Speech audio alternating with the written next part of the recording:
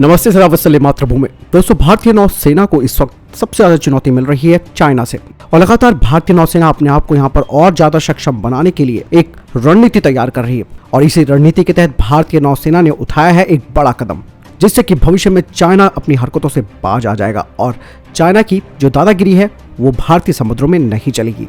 भारतीय नौसेना भी अब चाइना को उसी की भाषा में जवाब देने जा रही है, और आने वाले समय में चाइना के लिए आसान नहीं होगा भारतीय क्षेत्र में घुसपैठ करना। दरअसल भारतीय नौसेना ने अपने भविष्य के 21 जो प्रोजेक्ट्स है उनके बारे में घोषणा कर दी है, और इन 21 प्रोजेक्ट से चाइना दांतों तले उंगली दबा जाएगा।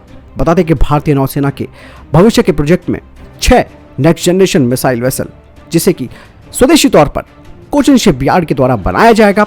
इसके अलावा 5 फ्लीट सपोर्ट शिप्स देने के हिंदुस्तान शिपयार्ड के द्वारा बनाया जाएगा। यही नहीं, इन 21 प्रोजेक्ट्स के तहत हाई एल्टीट्यूड और medium altitude long endurance class के यूएवी बनाए जाएंगे। इसके अलावा multi carrier borne fighter jets का अधिग्रहण किया जाएगा।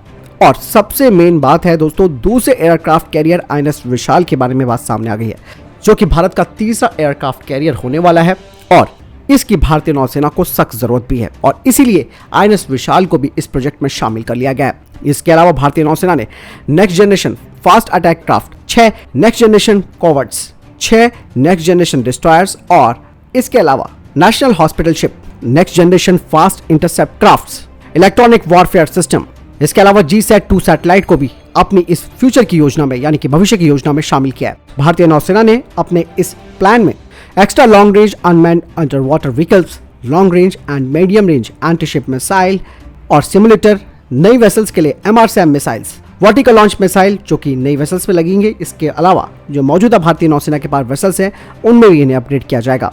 साथ ही इसके अलावा high endurance autonomous under water vehicles के लिए अपनी योजना का खुलासा किया है। हालांकि भारतीय नौसेना ने अपने इन प्रोजेक्ट्स की घोषणा तो कर दी है, लेकिन इनमें काम तेजी से भी किया जाना है, क्योंकि अगर हम बात करते हैं अपने तीसरे एयरक्राफ्ट कैरियर की, जो कि आईएनएस विशाल के नाम से होगा, इसे बनने में काफी वक्त भी लग सकता है। और इन 21 भविष्य के प्रोजेक्ट्स में जो सबसे ज्यादा टाइम लेंगी, जैसे कि मैंने कहा कि एक तो एयरक्राफ्ट कैरियर लेगा, दूसरा जो भारत को multi role carrier borne fighter jets लेने हैं उनके लिए भी देरी का सामना करना पड़ सकता है। इसके अलावा बाकी भारत के पास वेसल से लेकर मिसाइल हो, स्वदेशी हेलीकॉप्टर्स हो और सैटेलाइट्स हो, इन सब का अनुभव भारत के पास है।